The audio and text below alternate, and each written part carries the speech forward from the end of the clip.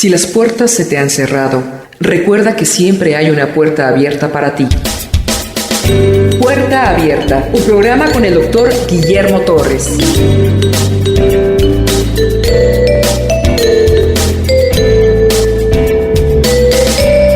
Estamos justamente en el segundo viaje misionero de Pablo. Acuérdense que el primer viaje misionero está en el capítulo 13 y 14 del libro de Hechos. En el 15, ¿qué hay? El concilio de Jerusalén, el primer concilio. Y a partir de finales del 15, 16, 17 y 18 es el segundo viaje misionero de Pablo. El primer viaje misionero es por ahí del año 48 y 49, dura 2 años. Después el concilio es en el año 50. Después el segundo viaje misionero dura 3 años, 51, 52, 53 y casi 54 de nuestra era. A la mitad del viaje, del segundo viaje misionero, el Espíritu Santo le dijo a Pablo que fuera a Grecia. En la área de Macedonia, entran a Filipos, pasaron 3 eventos muy importantes. El carcelero de Filipos, la mujer endemoniada y Lidia, la que vendía púrpura. Después Pablo de Filipos se va a ir a Anfípolis, va a irse a Polonia y va a llegar finalmente a Tesalónica, que es donde vamos a empezar. Hay 2 cartas en el Nuevo Testamento, primera y segunda de Tesalonicenses. Quiere decir que Pablo en esa visita inicia y forma una iglesia en Tesalónica. Había una sinagoga y Pablo va a predicar y algunos creyeron, pero otros se enojaron, van y compran a gente ociosa y empiezan a perseguir a Pablo.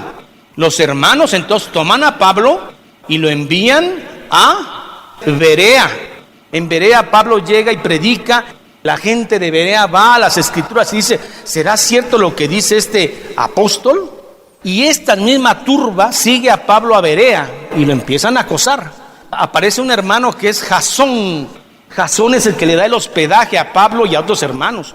Estuvo a punto de perder todo, pero él puso las manos por los hermanos y los tuvo escondidos y no los pudieron encontrar. Los hermanos creyentes envían a Pablo por todo el mar a Atenas.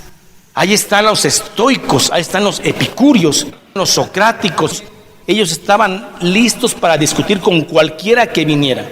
Vamos a empezar nuestro estudio. Verso 17 dice: saliendo de la cárcel del Filipo. De ahí se escapan y se van, por decirlo así, a Tesalónica. Y dice: pasando por Anfípolis y Apolonia, llegaron a Tesalónica. Ya estamos en Grecia, donde había una sinagoga de judíos. Y Pablo, como acostumbraba, fue a ellos y por 3 días de reposo discutió con ellos. Me llama la atención que Pablo no discute otra cosa más que las escrituras y a Jesucristo. Dice: declarando y exponiendo por medio de las escrituras. Usted no va a una iglesia para oír la experiencia personal del pastor o sus diáconos. Usted debe ir a una iglesia para escuchar la exposición de las escrituras. Verso 3. Declarando y exponiendo por medio de las escrituras que era necesario que el Cristo padeciese, resucitase de los muertos, y que Jesús, a quien yo os anuncio, decía, es el Cristo. Todo ese Torah que tienen ustedes acá guardados en su biblioteca, porque la sinagoga tenía escrituras, y el resto de los libros del Antiguo Testamento apuntan, ustedes que son doctos, a que alguien va a venir, uno llamado el Cristo, el Mesías. Cheque sus escrituras. Sí, es cierto.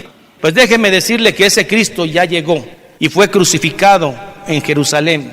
Y ese Cristo, ese Mesías, es al que yo predico. No está en contra del Antiguo Testamento. Y algunos de ellos creyeron y se juntaron con Pablo y Silas. Y de los griegos piadosos y mujeres nobles, no pocas. Si yo les prediqué igual a todos, dice Pablo, ¿por qué unos creyeron y otros no creyeron? Dentro de los que creyeron hay unos griegos y hay unas mujeres nobles, no pocas. ¿Por qué unos creen y por qué otros no creen? No se vaya con el arminianismo que dice que es porque unos son buenos y abrieron su corazón, y como otros son malos, cerraron su corazón. Eso no está en el poder del hombre. ¿Quiénes son los que creyeron? Los que Dios seleccionó desde antes de la formación del mundo. Una vez me predicó un pastor y me dijo que abriera mi corazón y que recibiera a Jesús. Yo esa noche abrí mi corazón. No hay nada bueno en el ser humano. Es porque Dios quiso que estos creyeran y estos no creyeran. Selección divina. Dios es soberano. Entonces los judíos que no creían, teniendo celos, no les importaba que se predicara la verdad o no. Teniendo celos, tomaron consigo a algunos ociosos, hombres malos, y juntando una turba, alborotaron la ciudad de Tesalónica y asaltando la casa de Jasón, procuraban sacarlos al pueblo.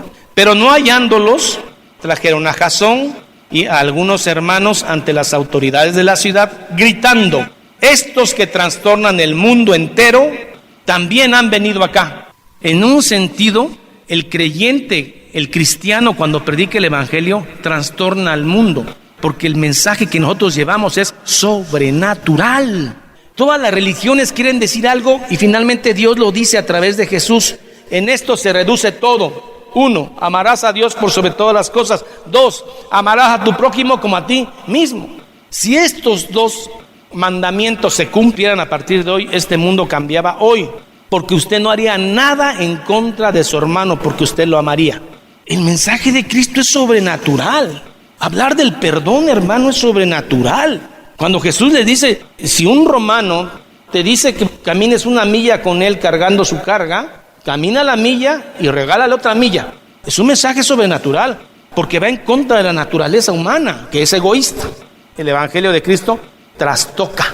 En un sentido positivo se dice: estos que trastornan el mundo entero también han venido acá.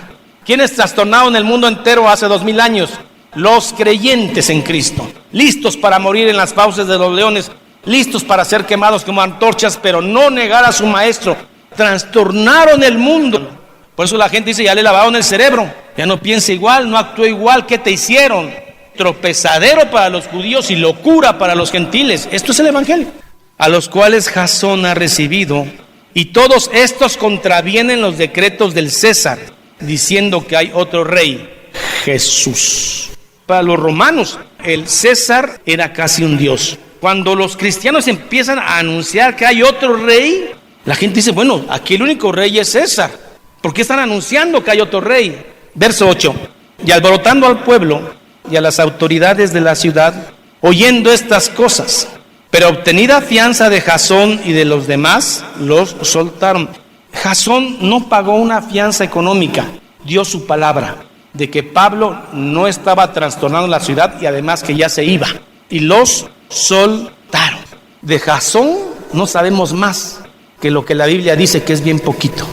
A lo mejor no conocemos más de Jasón. A lo mejor en este mundo a usted no lo conoce mucha gente.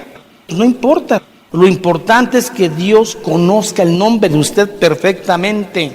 Inmediatamente los hermanos enviaron de noche a Pablo y a Silas, que es Silvano, hasta Berea. Y ellos, habiendo llegado, entraron a la sinagoga de los judíos en Berea. Y estos, los judíos de Berea, eran más nobles que los que estaban en Tesalónica, pues recibieron la palabra con toda solicitud, pero escudriñando cada día las escrituras para ver si estas cosas eran así. Este es el estereotipo de cristiano que debe haber hoy en día, con discernimiento de espíritu. No cualquiera que trae una Biblia en su axila quiere decir que es cristiano. Como los discípulos de Berea, si alguien le predica algo, usted va con su Biblia y lo confronta. Yo mismo, si le predico algo y usted dice: esto no viene en la Biblia, y si un ángel baja del cielo y les predica algo que no se ha enseñado en la Escritura, sea anatema. Porque aquel que no predica y altera deliberadamente la Escritura va camino al infierno por alterar las Escrituras deliberadamente para obtener dinero. ¡Qué absurdo! Pide y pide dinero. Los discípulos de Berea nos dejan una enseñanza preciosa. Todo debe ser pasado por el filtro de la Escritura. Si no, no pasa. Así que creyeron muchos de ellos en Berea, y muchas griegas de distinción, pero sedientas de palabra de Dios, y no pocos hombres en Berea.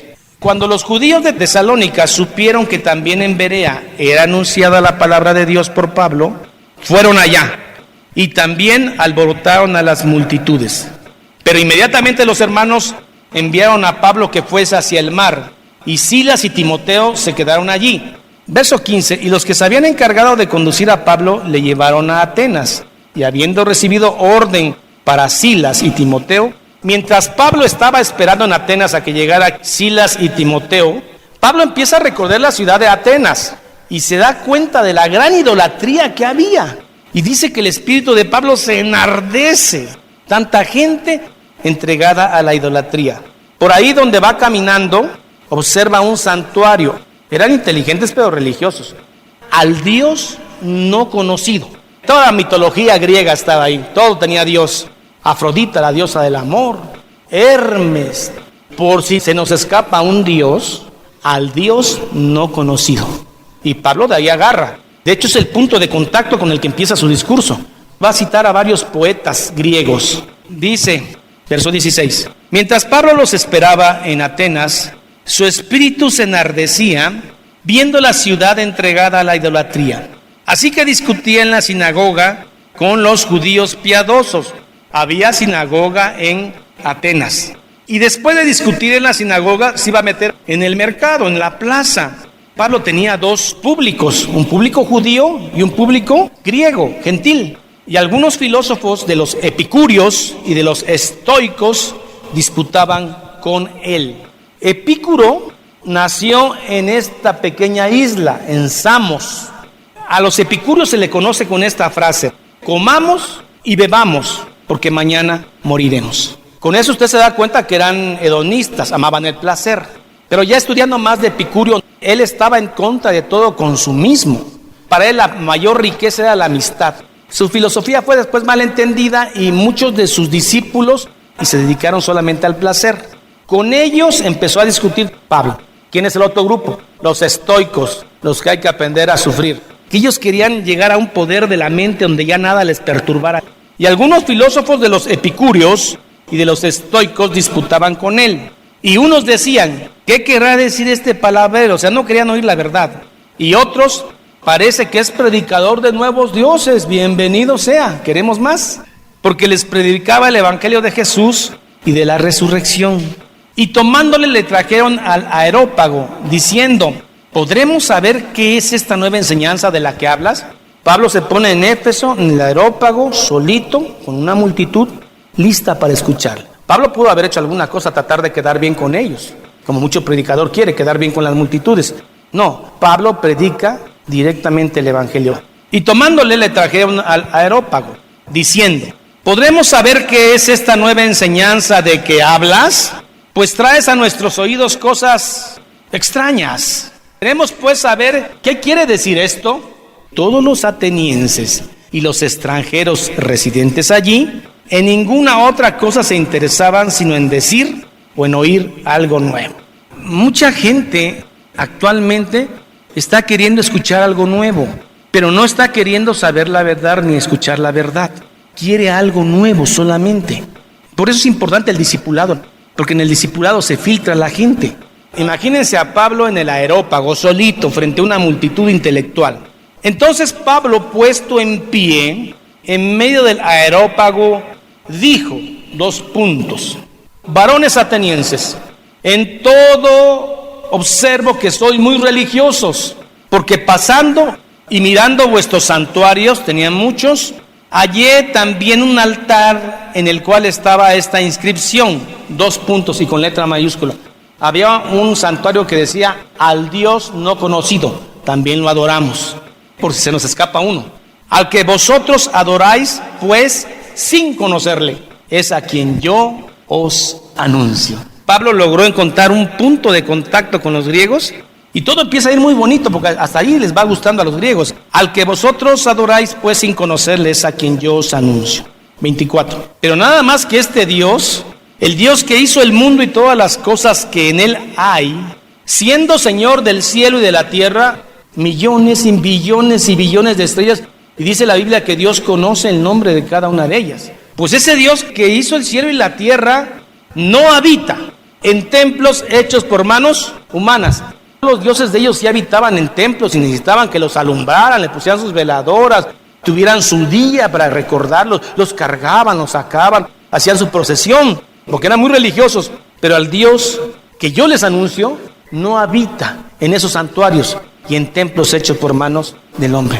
Nuestro sol cuán grande es junto a la tierra, y hay soles billones de veces más grandes que nuestro sol, y todo eso no puede contener a Dios. Por eso Salomón, el día en que dedica su templo a Dios, dice: Señor, ¿cómo vamos a poder contener tanta grandeza en este pequeño templo de la tierra? 25.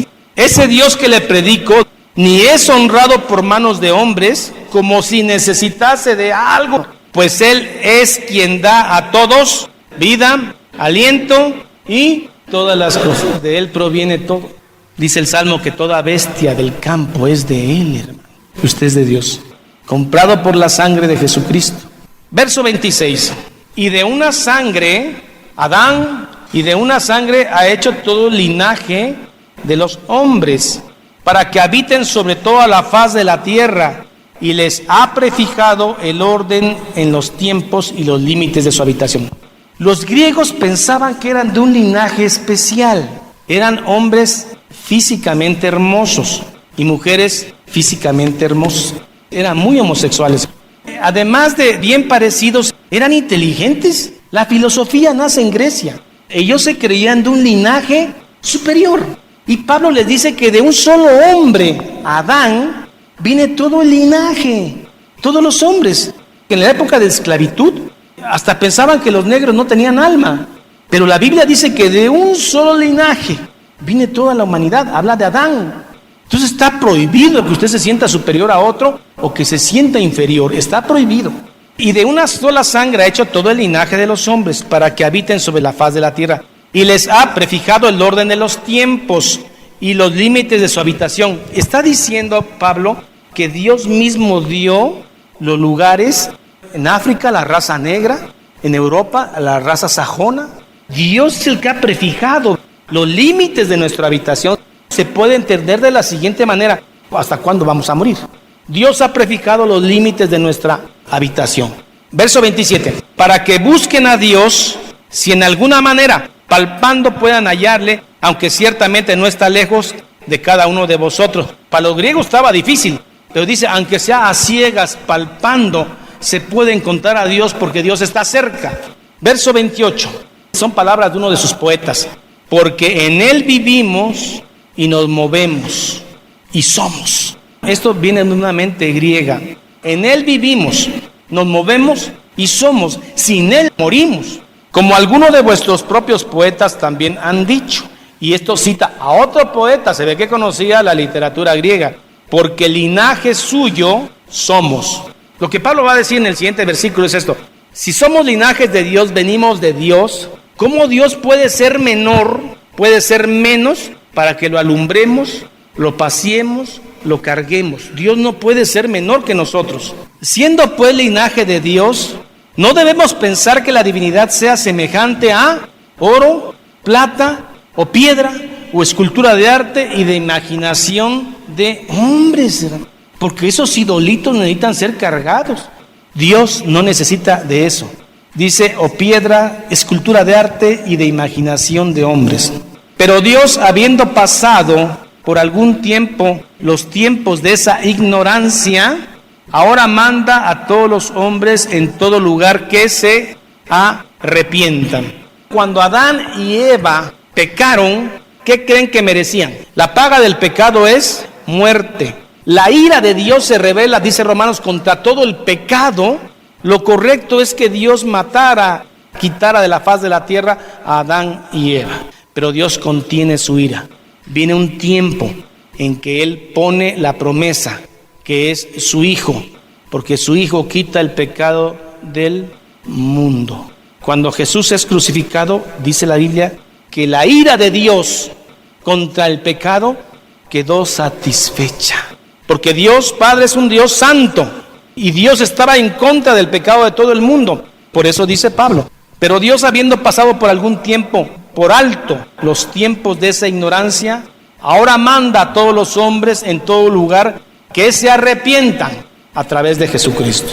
Verso 31. Por cuanto Dios ha establecido un día en el cual juzgará al mundo con justicia. Esto ya no les gustó a ellos. El que Dios va a juzgar. Si Epicurio decía de que hay que quitarse el miedo a los dioses. Pablo obviamente se da cuenta que va a haber un día del juicio final. Por cuanto ha establecido un día en el cual juzgará al mundo con justicia, por aquel varón a quien designó, dando fe a todos con haberle levantado de los muertos. Resurrección. Aquí reventó el cohete y dijeron, ¿sabes qué? Ya cállenlo y que se vaya. Ya no nos interesa saber lo que dice. Sabía que eso no lo iban a aceptar y no le importó. No le importaba quedar bien con ellos. Dijo, y Dios ha dicho que va a haber un día en que Dios va a juzgar a todo. Atenienses, griegos, los de Berea, Tesalónica, romanos, Jerusalén, todo lo va a juzgar. Pero cuando oyeron lo de la resurrección de los muertos, hubo 3 grupos. Unos se burlaban. Segundo grupo, otros decían, ya te oiremos acerca de esto otra vez. Y luego los que creyeron. Y así Pablo salió en medio de ellos. Mas algunos creyeron, juntándose con él. Dionisio, el Areopagita, una mujer llamada Dámaris, y otros con ellos. Quizás 6, máximo 7 de esa multitud.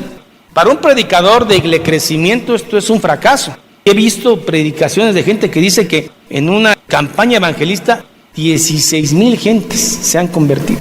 Qué pena, porque a Pablo se le convirtieron 6, 7 en Grecia y en el Areópago.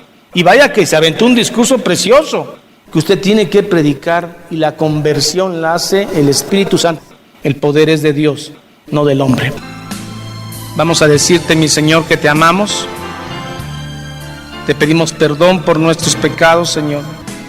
Persevera en nosotros, Señor. Llévanos hasta el fin de nuestros días predicando la palabra. La perseverancia de los santos. El que persevera hasta el fin será salvo. Gracias por el apóstol Pablo, que con su valentía predicó la palabra en Tesalónica, Berea, Grecia. Gracias por Jasón, no sabemos quién es, no hay más de él, pero usted lo conoce. Gracias por Dámaris, el Areopagita, gente que no conocemos pero que se convirtió al cristianismo. Gracias por Lucas, el doctor, por esa secuencia de estos libros hechos y el evangelio de él. Gracias, Señor, por tu palabra. Te pido, Señor, que en medio de esta apostasía, Señor, tan terrible que se ha levantado en las iglesias protestantes, entre el espíritu de Berea, el analizar a través de las escrituras si alguien está mintiendo o está diciendo la verdad. Es lícito. La Biblia dice, probad los espíritus. Señor, te pido que derrames el espíritu de discernimiento en todas las iglesias y que a tiempo salgan de esa apostasía final. Te bendecimos, te glorificamos, Señor, en el nombre de Cristo Jesús. Amén y amén.